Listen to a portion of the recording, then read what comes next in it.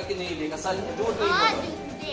मैं रात को भी आया 2-3 बार उसको देखने, मैं रात को आया, आप सोए थे, इसकी कमर उठाई मैंने तब भी देखा, लेकिन आपको पता भी नहीं चला। बाहर से इधर दार से, हाँ उन्होंने बोला भाई जल्दी करो, उन्होंने बोला पता नहीं क्या करेंगे कुछ, हाँ देखूंगा तो जल्दी से देखो पहले लड़की को, हाँ उसके बाद ठीक है, हाँ अच्छी तरह उसके बाद फिर किया, फिर आपस में वो लड़ने लगे।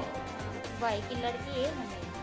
तो कितने बजे आप यहाँ आए थे और फिर कौन से डॉक्टर साहब ने यहाँ आके 10 बजे लड़की को नहीं दिया, देखा आपस में ये लड़ रहा था, लड़की आपस में ये करता था बात, हाँ पर लड़की को नहीं दिया, देखा लड़की को रात को ठीक से देखा।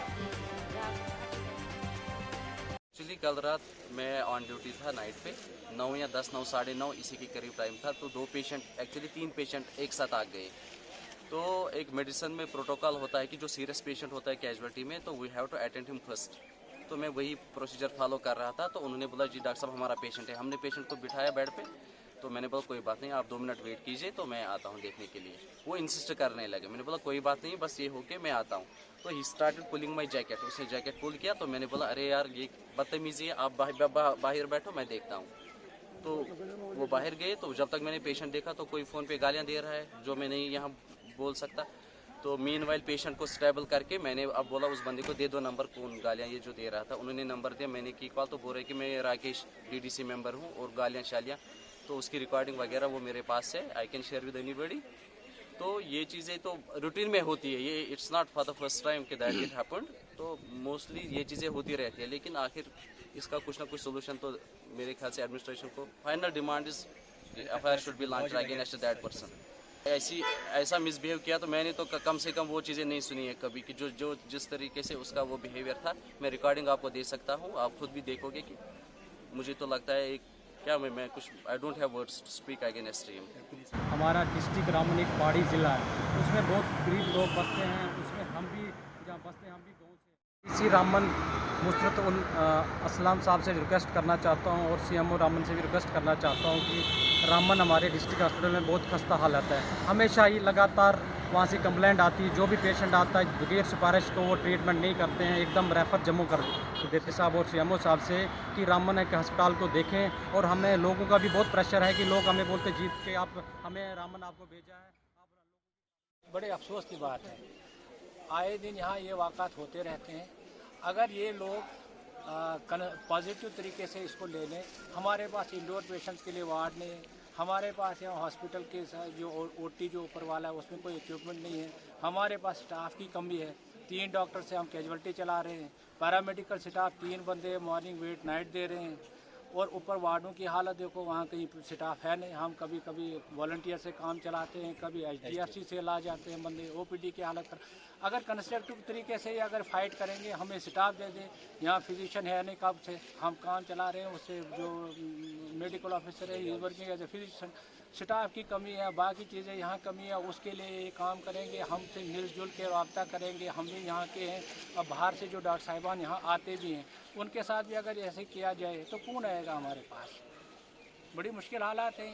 इनको चाहे कि इनको यहाँ इनकरेज करना है, इनकी हौसला अफजाई करना है, इनको कंफर्टेबल करना है यहाँ, ताकि आगे से भी डॉक्टर आएंगे, स्पेशलिस्ट डॉक्टर आएंगे, बाकी स्टाफ आएगा, हॉस्पिटल में काम होगा, सारा कुछ हो जाएगा। फिर ही जब स्टाफ होगा, जब स्टाफ नहीं होगा, आपका इंफ्रास्ट्रक्चर नहीं ठीक से चलेगा तो कैसे चलेगा यहाँ। ये हमारी तो इमरजेंसी सर्विस चल रही है, बाकी हमने स्टाफ कर दिया है। कोई ना कोई हमारे साथ बात करने के लिए आ जाए तो उसके आगे हम सोचेंगे।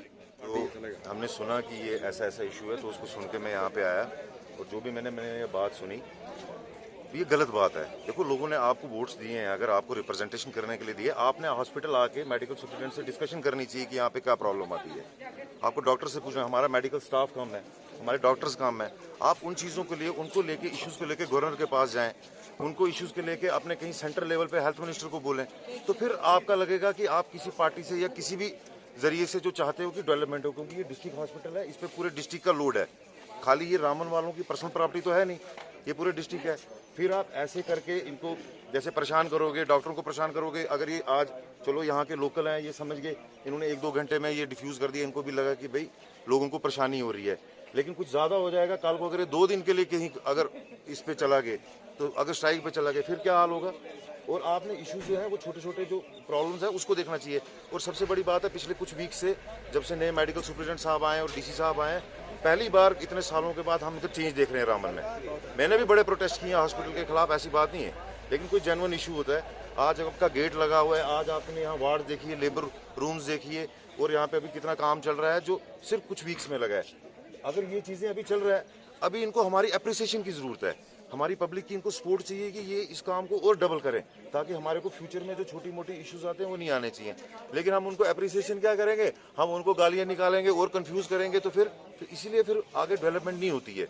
जब तक हम लोग इनको सही चीज़ पे सपोर्ट नहीं करेंगे तब तक ऐसा कुछ नहीं होगा। लेकिन बड़े अफसोस की बात है कि एक तो लोगों ने चुना है, उनको डेवलपमेंट कराने के लिए चुना है, और वो ऐसी वैसी बातें करते हैं। ऐसा बड़ा दुख होता है कि ऐसे लीडर्स जो हैं बने हुए हैं, और उनको जो बड़ी बात है रोड का काम करना चाहिए, इस हॉस्पिटल को पूरा सुधारने के बजाय वो एक छोटे छोटे इश्यूज़ के ऊपर मतलब डॉक्टरों को गालियाँ दे देंगे, कभी किसी और को दे देंगे, उससे तो काम नहीं होने वाला है ना। ये बड़े अफसोस की बात है।